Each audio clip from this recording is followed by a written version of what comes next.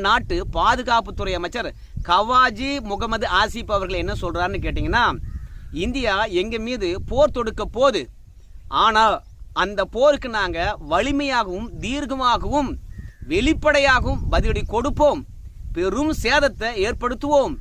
ஆனா பாகிஸ்தான் மக்களையும் சரி பாகிஸ்தான் ராணுவத்தையும் சரி யார் காப்பாற்றணும்னு பார்த்தா ஆண்டவன் தான் காப்பாற்றணும் அப்படின்னு சொல்லிட்டு அந்த மக்களுக்கு நம்பிக்கை இல்லாம அவநம்பிக்கையுடன் பேசியிருக்கின்றார் அந்நாட்டு பாதுகாப்புத்துறை அமைச்சர்.